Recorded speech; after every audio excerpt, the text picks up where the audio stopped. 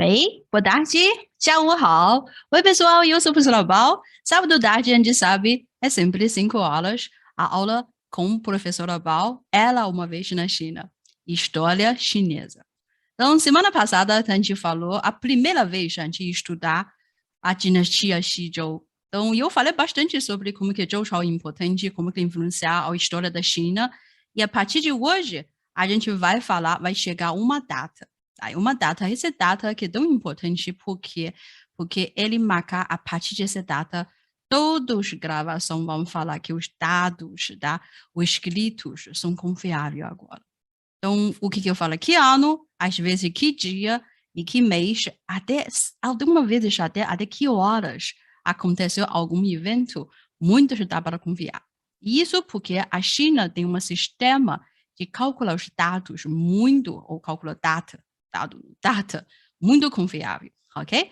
Então, Zhou Chao, uma grande época, 800 anos, e tanta coisa para falar, tem tantas figuras para a gente conhecer. A outra coisa que eu também quero falar que a professora Val, eu sou professor de chinês. Eu também ensino história chinesa.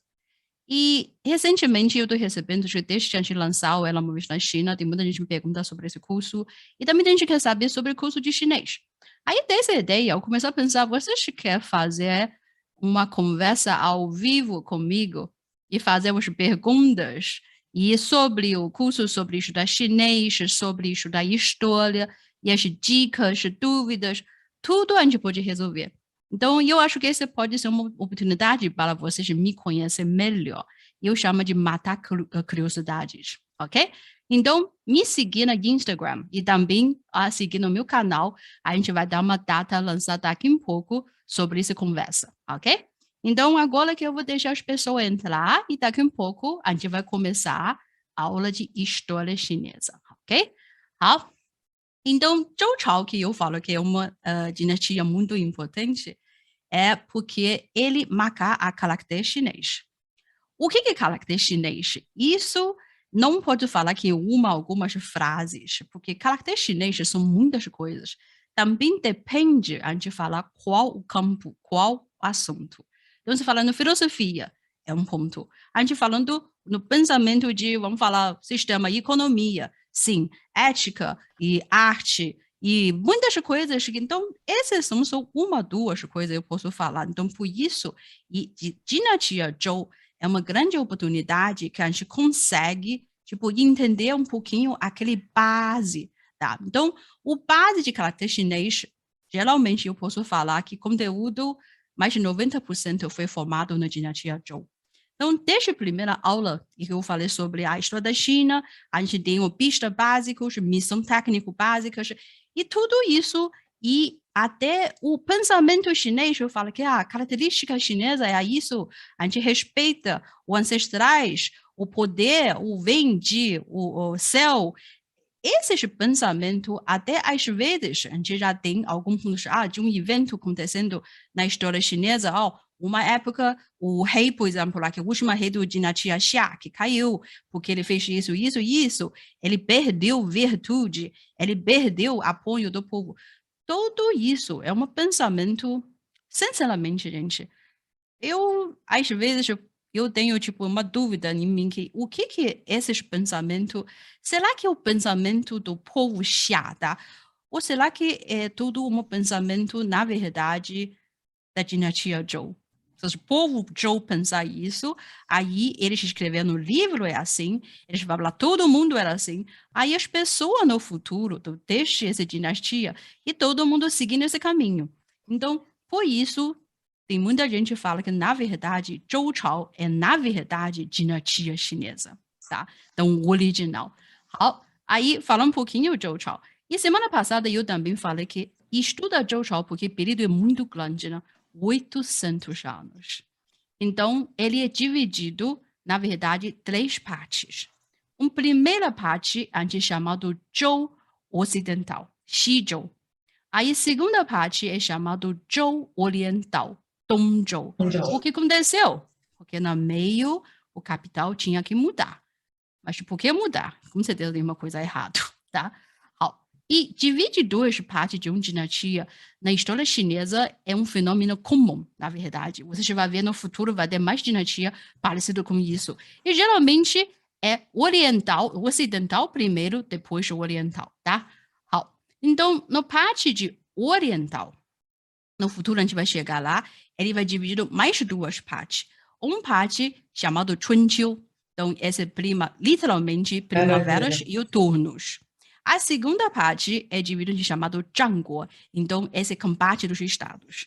Então esses dois períodos são as épocas mais legais na história chinesa.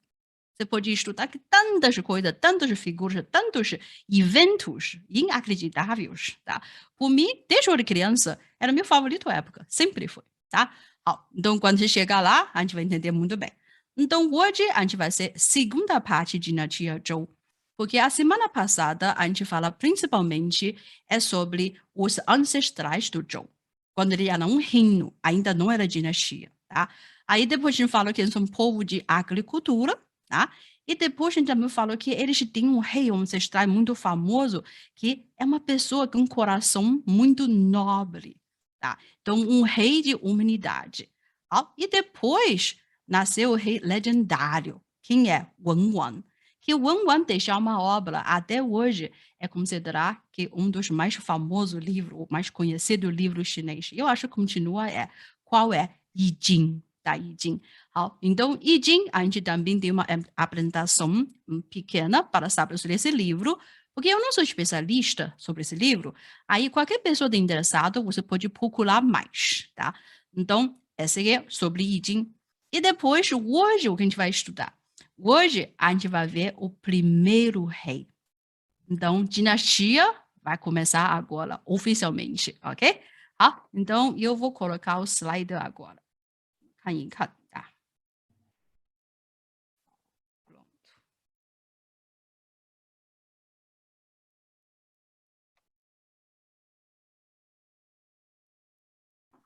Pronto. A gente já está no slide agora, tá? Dinastia Zhou. Então, dá para ver? Nádia, você conseguiu ver? Tá certo? Agora, na tela? Consigo tá. sim. Então tá legal, né? Tá normal. A gente vai ver, tá? Agora que desde semana passada, que a primeira parte da dinastia Xizhou, que eu já deixei esse lado direito vermelha. Isso porque chinês gosta muito de vermelha ou em algum sentido? Eu já falei que o meu slider, geralmente, até as cores ou decorações, nunca, tipo, é uma coisa de random. Ele não é. Sempre tem uma razão. Então, quando ele é vermelha, é porque ele é ligado com fogo, tá? Fogo. Então, Zhou Chao é o quê? Tem muitas teorias, mas geralmente acredita o Zhou Chao ele tem a virtude de fogo. Por isso, o símbolo da cor é vermelho, tá? Então, no lado esquerdo, a gente pode ver, claro, sempre tem uma peça, que é uma garrafa de bronze. Maravilhoso, muito linda. Essa garrafa está no Museu de Cidade Proibida em Taiwan, tá? Então, quando chegar no ponto, quando falar ruínas, tá? Antiquários, e eu vou falar de novo sobre essa peça. Então, você pode ver que, pelos detalhes, você consegue entender que a tecnologia de fabricar bronze na Xizhou já avançaram bem mais. Porque coisa já mais sofisticado comparado com Shanchao, tá? Então, essa é. Agora, vamos ver hoje. Vamos看什么? Evento e figuras históricos. Sempre, iniciando a dinastia, e tem essa tabelinha que eu colocar uma linha sobre todos os reis. Então, Xizhou, o Zhou ocidental, eles ainda não tem tantos reis, tá? Quando chegar no Dongzhou tem demais, tem muito, muito. Então, essa linha que eu marcar, que hoje eu vou deixar mais claro aqui, a gente pode ver, tá? Então, nesse tamanho de unidade, significa 10 anos. Então, pelo esse tamanho, você pode ter uma ideia que quanto tempo de quanto tempo de mandato de cada rei, tá? Então, hoje também, a partir de essa dinastia, a gente vai achar, vai encontrar aqui mais um título para os reis. O que é? Tianzi, filho celestial, o filho de céu, literalmente, tá? Então, esse é um título. A partir dessa dinastia, todos os imperadores da China ganham. Tá? E, claro, foi pessoa do Zhou que inventaram. Então, quando você se chamar de filho celestial, isso significa o seu mandato, o seu poder é vindo do céu. Tá? Então, a gente pode ver, não são muitos reis, mas o período total dá mais ou menos 400 anos. Tá? Então, o primeiro rei era o Wang, aí depois temos Chen Wang. Então, você vê, o primeiro rei até a segunda, o mandato é pequenininho, porque logo depois ele morreu, cerca de 6 anos, tá? Aí depois temos Kang Wang. Então, quando você já acostuma, vocês costumam com o slide que eu fiz cada vez sobre a lista dos reis, então vocês sabem quando ficar, tipo, uma cor bem forte, grande, tá? Esse símbolozinho, então normalmente significa é um rei muito bom. Tá? E quando ele ficar meio fino a linha, isso significa razoável, tá? Ou não tem muita coisa para falar. Quando ele ficando para outra direção, tipo contrário, geralmente significa uma coisa muito errada aconteceu com esse rei, tá? Então, se ficar um parte vermelha, geralmente significa evento especial, período especial, tá? Coisa não é normal. Então, por isso, aqui é marcando como regente. Tá? Aí, chegar nesse pontinho, o rei Youwang. Chegar nesse rei, tem coisa demais para falar, tá? Mas vocês vê, pelo jeito, ele caiu, né? Sim. E quando ele caiu, o que aconteceu? A Zhou Chao, da dinastia Zhou, dividida em duas partes. E essa parte de Dongzhou, a gente fala que Zhou Oriental, a começar depois desse Yuan. Aí, antes disso, ela ocidental. O tal ideia ocidental de oeste é porque capital ficava no oeste. E quando é chamada oriental, porque capital ficava no oriente, tá? Pronto. Outra coisa também, né, nessa tabelinha, a gente pode ver, eu marquei aqui, exatamente essa parte vermelha, tá? Então, o ano 841 a.C. Então, é a concorrência de regente, nesse ano, marcar o início da data confiável. No início da aula eu falei, tá? Então, significa, na história chinesa, a partir desse ano até hoje, tudo é confiável. Os dados muito claro que dia, que mês, eu falei até às vezes até que horas. Ele já fala o que aconteceu, tá? Então, antes disso, antes dessa data, a gente considera alguns dados confiáveis, alguns não, alguns são uma lenda, tipo Xia Chao, que até hoje a gente está procurando se ele existe ou não, né? Então, essas são a tabelinha sobre os reis. Então, quando tinha dúvida que qual apelido a gente está falando, qual rei a gente está falando, sempre pode voltar para essa linha e para entender o que está acontecendo, tá? Então, primeira. Segunda, vamos ver cá. Ok. Então, o Wan, esse primeiro Tianzi, que é filho celestial, o primeiro rei do dinastia Zhou. Eu ainda não uso imperador, porque a palavra não existe ainda. Ok. Então, quem ele é?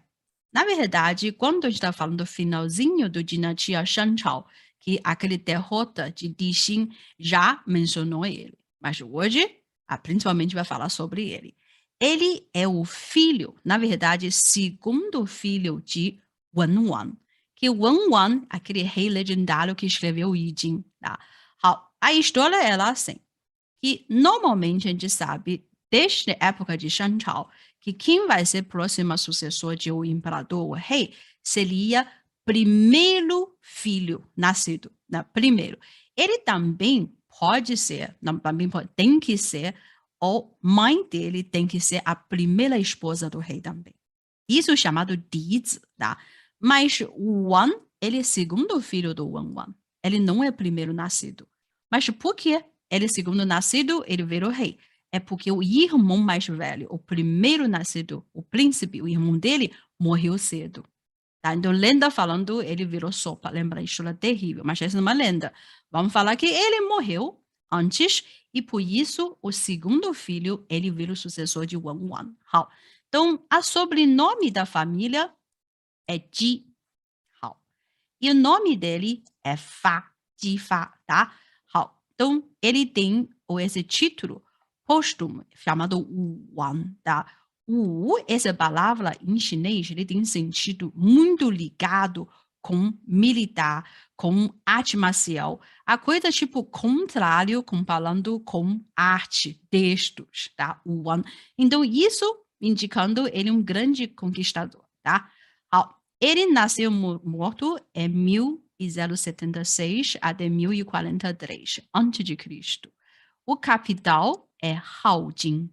Haojing ficava onde? Hoje é sudoeste de Xi'an.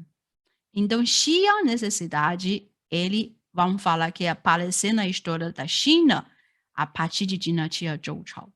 Então, até hoje, mais de 3.000 anos. É uma cidade histórica, tá?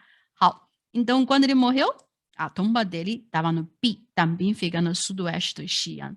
Então, esse é um dado básico sobre o Wang. Mas o que ele fez? Ele é o primeiro rei da Zhou, né? Então, tem que ser alguém especial. Vamos ver. Ele, tradicionalmente, o Wang é considerado um dos melhores reis de todos os tempos. Mas o que ele fez? O chamado celestial. Primeira coisa. Ele seguiu o chamado celestial. O que é chamado celestial? Então, no finalzinho de Shanchao, a gente sabe que o Dixin, ele é um rei terrível. Então, essa dinastia Shanchao, na liderança de Dixin, ele já perdeu a virtude. Então, tem muitos sinais mostrando que ele perdeu virtude, tá? Aquele festa terrível ele fez, ele pediu às pessoas construir um prédio enorme e gastar muito dinheiro na guerra. Ele fez tudo coisa errada. Então, tudo isso é um sinal, ele já perdeu virtude. Então, perdeu virtude, isso significa que você não vai ter mais apoio do céu. Isso significa que a dinastia vai mudar. O mundo vai mudar. Então, alguém vai sentir essa chamada, alguém quem? Qual pessoa vai saber você está sentindo essa chamada? A lenda diz, aquela pessoa vai saber, tá? Aí a dinastia Shanchao, ele não somente perdeu virtude, também vai perder o quê? A sua aliança e apoios. Claro que todo mundo fica bravo, ninguém conseguia viver mais. Aí não tem mais a gente ajudando eles, não tem mais aliança e não tem mais virtude.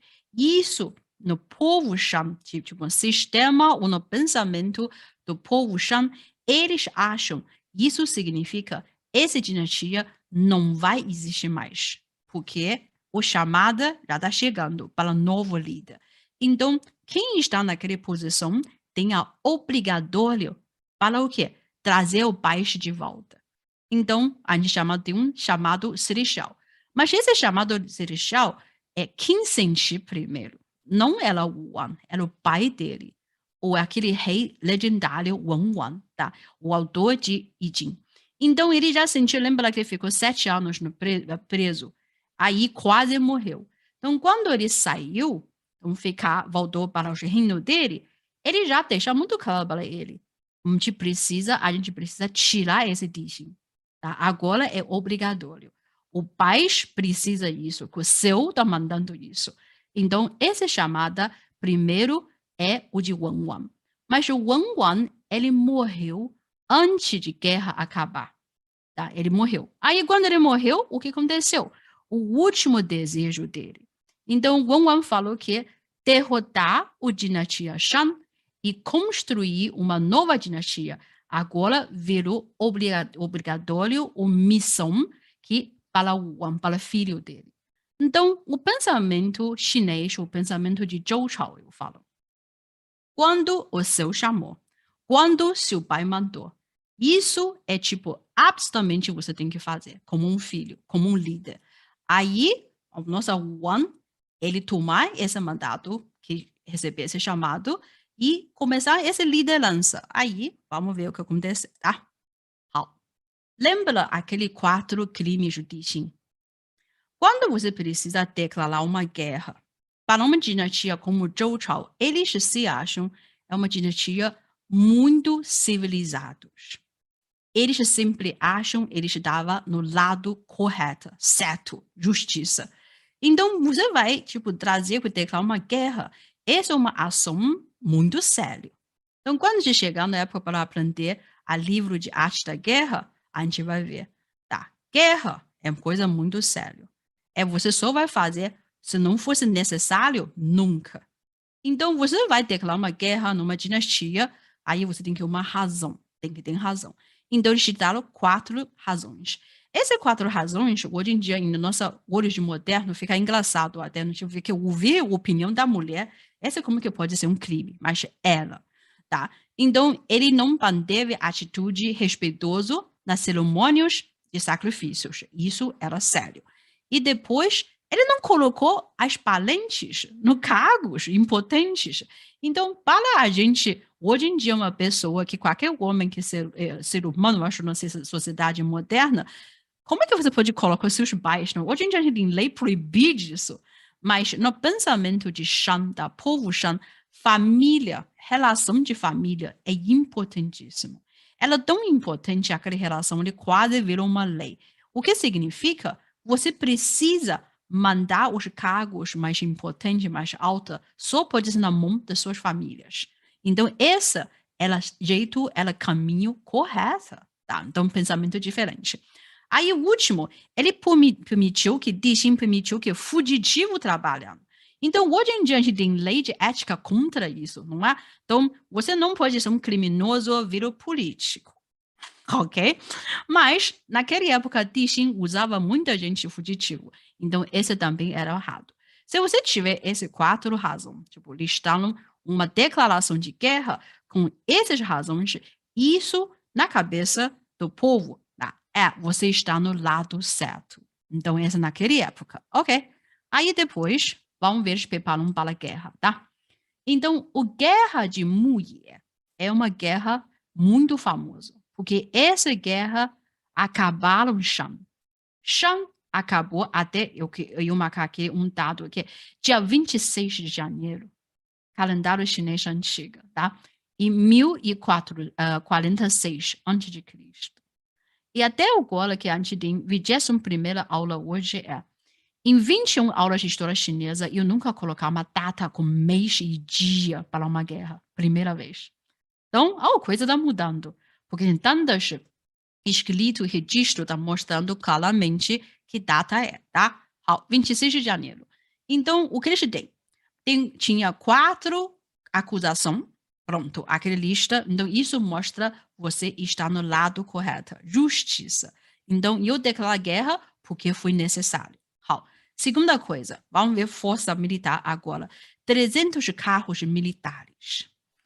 Quando eu falo carros militares, naquela época não tinha uma ferramenta para você andar o cavalo ainda, tá? Então, na época de Roma, a gente pode ver que não existia ainda.